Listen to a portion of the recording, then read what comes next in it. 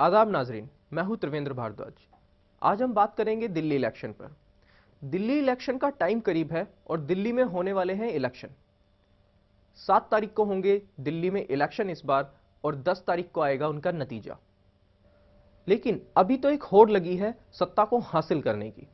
जहां एक पार्टी दूसरी पार्टी पर गंभीर आरोप लगा रही है, वहीं दूसरी पार्टी अपनी ईमानदारी दिखाकर जनता को लुभाने में लगी है, दिल्ली के आवाम का मन लुभाने में लगी है।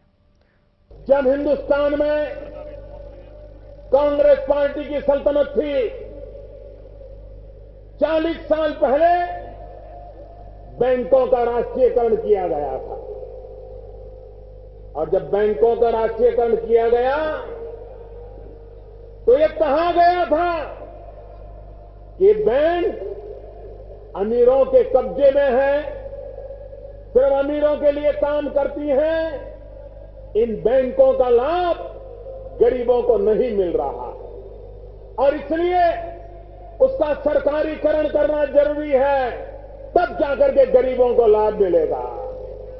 लेकिन भाइयों बहनों, मुझे आज दुख के साथ कहना पड़ता है कि बैंकों को सरकारी कब्जे में लेकर के उसको भ्रष्टाचार का अड्डा बना दिया गया, लेकिन बैंकों को गरीबों के लिए दरवाजे नहीं खोले गए। आपने कभी, मैं जरा दिल्ली वासियों से पूछना चाहता हूं, कांग्रेस के राज में आपने कभी किसी गरीब को बैंक में देखा था? जरा पूरी ताकत से जवाब दो। वास्तव में निश्चित रूप से जो मैं कहना चाहता हूं कि दिल्ली में जिस प्रकार की राजनीति और दिल्ली के व्यापारी, दिल्ली के लोग, वो वास्तव में सच को बहुत अच्छी तरह से जानना चाहते हैं, लेकिन बिल्कुल सफेद झूठ बोलना, जिसमें ये कहना कि हमने हमारे राज्य में कोई आज तक कोई भी रेड नहीं हुई, हमने 1000 करोड़ का कलेक्शन किया, हमने 5666 करोड़ का कलेक्शन किया और उस कलेक्शन में से मैं एक बनिया हूं और मैं किस तरह से खर्च करना है इसको अच्छे तरह से जानता हूं। और ये जो रेड है, लगभग हर 2 घंटे में इनके राज में एक रेड हुई है और इसलिए हम बताना चाहते थे कि जिस प्रकार से दिल्ली के लोगों को, दिल्ली के व्यापारियों को तमाम तरह से गुमराह किया जाना है, उस सच का पर्दाफाश निश्चित रूप से, झूठ का पर्दाफाश निश्चित रूप से जाना चाहिए और सच लोगों के सामने आना चाहिए। 1.5 महीने भी सरकार नहीं चला पाए, जिम्मेदारी छोड़कर चले गए। फिर आई भाजपा सरकार, वो भी चुनाव कराने की जगह अपनी जिम्मेदारी निभाने की बजाय चुनाव टालती रही और दिल्ली को अपने हाल पर छोड़ दिया। इस 1 साल में कानून व्यवस्था की स्थिति जितनी बिगड़ी वह आप सबके सामने है। खासकर मेरी प्यारी बहनों पर अत्याचार के तमाम मामले दर्ज हो रहे हैं। आम जनता की जिंदगी में परेशानियां बढ़ी हैं, बिजली और पानी की समस्याएं बढ़ी, भ्रष्टाचार और महंगाई की मार से लोगों की रोजमर्रा की जिंदगी में मुश्किलें बढ़ी। तो दिल्ली की इस हालत के लिए कौन जिम्मेदार है? मोदी की सरकार। आप तो सब जानते हैं उन्होंने कितने बड़े बड़े वादे किए थे, आखिर उन वादों का क्या हुआ? कहाँ है वह काला धन जिसे हर नागरिक को 15-15 लाख मिलना था? यही है इनके अच्छे दिनों के खोखले वादों की असलियत।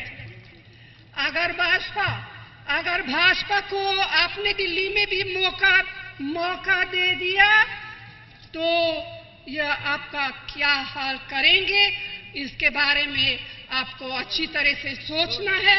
इसीलिए आपको सोच समझकर फैसला करना है।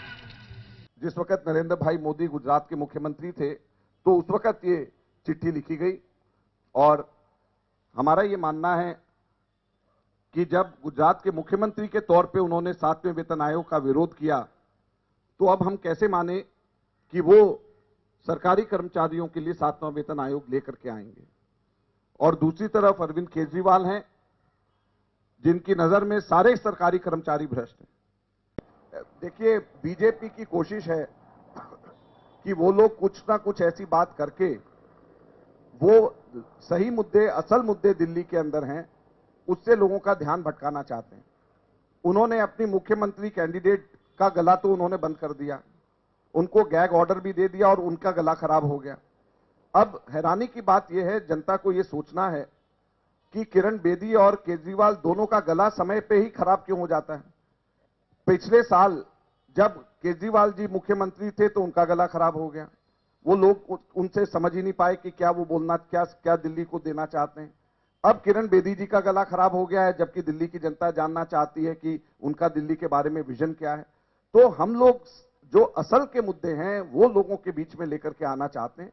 बहनों, भाइयों, माताओं, बुजुर्गों, बच्चों, आज आप इतनी भारी संख्या में यहां पे एकत्रित हुए हैं, तो आज बीजेपी और कांग्रेस वालों को तो रात को नींद नहीं आने वाली। दोनों पार्टियों को आज संदेश मिल गया होगा कि चांदनी चौक विधानसभा आम आदमी पार्टी भारी बहुमत से जीतने जा रही है। और दोस्तों, मैं पूरी दिल्ली में घूम रहा हूं, जनता से बात कर रहा हूं। पूरी दिल्ली की जनता मन बना चुकी है कि इस बार आम आदमी पार्टी की सरकार बनेगी और भारी बहुमत से बनेगी। पिछली बार 14 फरवरी को इस्तीफा दिया था, पूरे एक साल के बाद 15 फरवरी को आप सब लोग शपथ लेने जा रहे हो। आप सब लोग दिल्ली के मुख्यमंत्री बनोगे। फिर से दिल्ली का मुख्यमंत्री केजरीवाल नहीं बनेगा, दिल्ली के मुख्यमंत्री आप बनोगे, दिल्ली की जनता दिल्ली की मुख्यमंत्री बनेगी। दिल्ली में 1571 बलात्कार हुए थे, ये पुलिस रिकॉर्ड्स का डेटा है। और 2014 में जिस दौरान 7 महीने बीजेपी की सरकार थी, उसमें 2069 बलात्कार हुए थे, यानी कि 500 बलात्कार ज्यादा हुए थे पिछले साल के मुकाबले, यानी कि 30% बलात्कार ज्यादा हुए थे। तो बीच बीच में बीजेपी, ये शब्द है इनके लिए, महिला सुरक्षा इनके लिए शब्द है, हमारे लिए ये मिशन है। इस दिल्ली इलेक्शन में किरण बेदी हो या अरविंद केजरीवाल या हो अजय माकन, सभी अपनी पूरी कोशिश में है दिल्ली की सत्ता को हासिल करने के लिए। बिजली के अंदर हिंदुस्तान में पहली बार हम एक क्रांतिकारी कदम उठाने वाले हैं।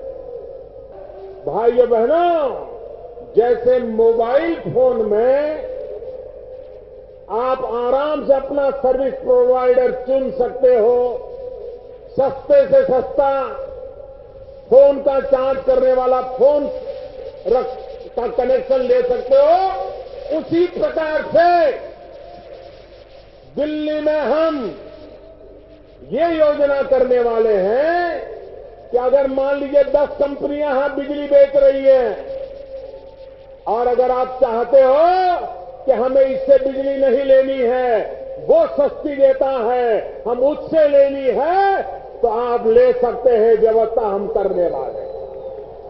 मुझे ऐसा लगता है कि जब भारतीय जनता पार्टी की सरकार दिल्ली में होगी और खास तौर पर कोई महिला मुख्यमंत्री होंगी, तो मेरी बात जो मैं इतने वर्षों से कह रही हूँ, वो बात मैं सही तरीके से उनको समझा पाऊंगी और दिल्ली की महिलाओं को जो सुरक्षा है वो सुनिश्चित कर पाऊंगी और उन सबको वो सपना जो मैं देखती हूँ कि दिल्ली एक सुरक्षित शहर हो और सब महिलाएं सुरक्षित महसूस कर सके, ऐसा प्रावधान हम कर पाएंगे। हम चाहते हैं कि आने वाले समय में दिल्ली में हर एक व्यक्ति को कांग्रेस पार्टी छत का अधिकार दे। मैं आपको यहां कह रहा हूं कि अगर कांग्रेस पार्टी का चीफ मिनिस्टर बनेगा तो 1 सप्ताह के अंदर कॉन्ट्रैक्ट को हम बंद करेंगे और कॉन्ट्रैक्ट लेबर को हम परमानेंट करेंगे और 6 महीने के अंदर बिजली को ₹1.5 और पानी को कम दाम पे हम आपको देंगे। दिल्ली के अंदर जितने भी स्लम में रहने वाले, झुग्गी झोपड़ी क्लस्टर्स में रहने वाले जितने भी परिवार हैं, हर परिवार को एक ड्वेलिंग यूनिट 25 स्क्वायर मीटर से लेकर 40 स्क्वायर मीटर तक के उसको मिले, उसकी गारंटी सुनिश्चित करेगा। और यह ड्राफ्ट बिल का मॉडल जो है, ये जस्टिस मुदगिल जो हैं उन्होंने इसको प्रिपेयर किया था और जस्टिस मुदगिल जो हैं इनसे housing and urban poverty alleviation ministry ने 2013 में ये ड्राफ्ट मॉडल पूरे देश भर के लिए अलग अलग राज्यों को भेजने के लिए इसका प्रारूप बनाने के लिए कहा था और जस्टिस मुदगिल की कमेटी के मॉडल बिल के आधार के ऊपर हम लोगों ने दिल्ली के लिए इस बिल का यह प्रारूप मसौदा तय किया है और हमारी सरकार, अगर दिल्ली की जनता हमें मौका देगी तो 1 साल के अंदर अंदर हम लोग इस बिल को पास करेंगे। पूरे दिल्ली के अंदर आम आदमी पार्टी 10 से 15 लाख सीसीटीवी कैमरा लगाएंगे। कोई अगर कुछ करेगा गड़बड़, उसे पता है मेरी रिकॉर्डिंग हो रही है, मैं पकड़ा जाऊंगा। पूरी दिल्ली के अंदर जहां जहां अंधेरा है सब जगह स्ट्रीट लाइट्स लगवाई जाएंगी ताकि कोई भी चप्पा और ये एमसीडी को भी ठीक करेंगे। अगर ये स्ट्रीट लाइट्स ठीक नहीं करते तो इनको एमसीडी वालों को भी ठीक करेंगे। तीसरी चीज, हर बस के अंदर एक सिक्योरिटी गार्ड बिठाएंगे।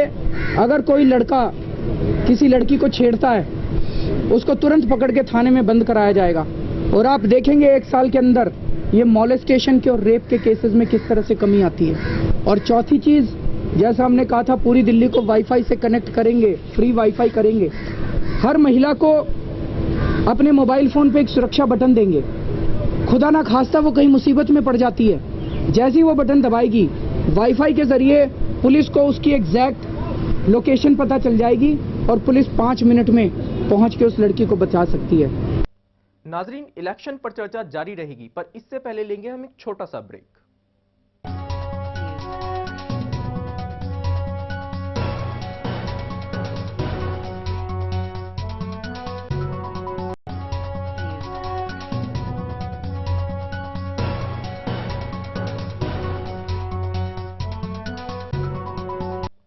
नाजरीन, ब्रेक के बाद आपका इस्तकबाल है। जहां एक तरफ कांग्रेस अपने पुराने कार्यकाल की तरफ इशारा कर अपनी डेवलपमेंट दिखा रही है, वहीं बीजेपी और आम आदमी पार्टी उनकी कमियां और घोटालों पर बात करती नजर आती है। बीजेपी आम आदमी पार्टी पर आए दिन निशाना साधती है तो आम आदमी पार्टी भी उनके निशानों को विफल करती नजर आती है। सत्ता किसी के भी हाथ में हो, लेकिन अभी तो सब दिल्ली के विकास की बातें करते हैं, लेकिन ये तो सत्ता में आने के बाद ही पता चलेगा कि इनकी बातों में कितनी सच्चाई है।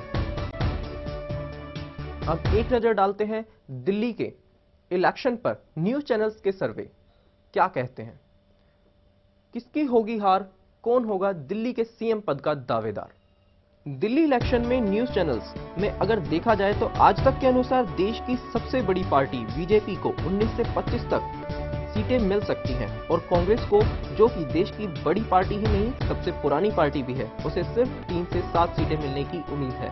वहीं आम आदमी पार्टी 38 से 40 सीटों के साथ सबसे आगे जाती नजर आ रही है और अन्य को 0 से 2 सीटें मिल सकती हैं। वहीं मुल्क का बड़ा अंग्रेजी अखबार टाइम्स ऑफ इंडिया भी आम आदमी पार्टी को सबसे आगे बताता है।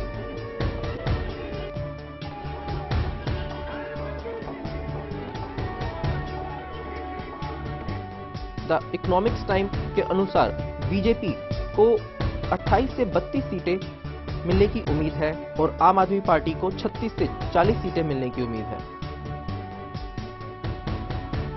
बात करें कांग्रेस की तो कांग्रेस सबसे पीछे 2 से 4 सीटों पर आ सकती है। अब चलते हैं एनडीटीवी की तरफ, जिसका ओपिनियन पोल भी इन्हीं की तरह कुछ कहता है। एनडीटीवी के अनुसार आम आदमी पार्टी को 37 सीटें मिल सकती हैं, वहीं बीजेपी को 29 सीटें और कांग्रेस जिसको 2 सीटें मिलने की उम्मीद है।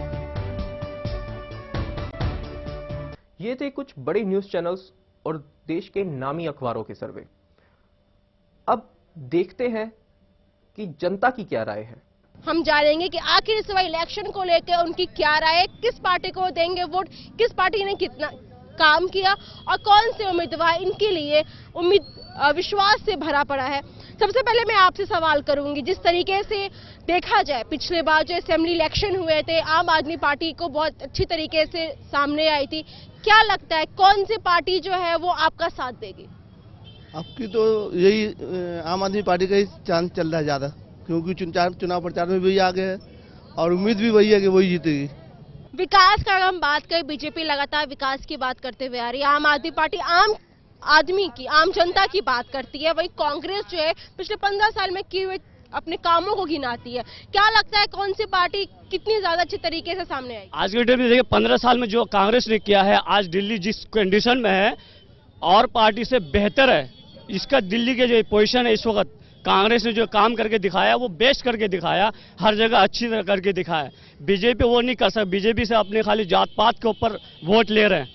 अब बीजेपी अपनी सब जात पात को वोट ले रहे हैं, अपने के विकास पर कोई काम नहीं कर रहा। तो क्या लगता है कौन सी पार्टी जो है विश्वास के लायक है, जो आम जनता की सुख दुख में साथ दे सकती है? देखिए अब तक तो ये लगता है कि जैसे मैंने अब तक देखा, हमारे वैसे एज तो इतनी है नहीं, मैंने फिर भी जो जहां तक देखा, कांग्रेस आई वैसी विफल आई, आज के टाइम में बीजेपी आई वो भी विफल। मैं इनकी बातों से बिल्कुल सहमत हूं। इन्होंने जो कहा बहुत अच्छा कहा, हम ऐसी पार्टी को वोट देंगे जो हमारे लिए विकास का काम कर सके, हमारे रहन सहन में हर कुछ में देख सके। तो ऐसे हमें अभी नजरिए में देखा जाए तो केजरीवाल ही झाड़ू छापी ऐसी लगती है जो इस बारे में पूरी सहमत है, क्योंकि अगली बार हमने उनको वोट कम दिया था।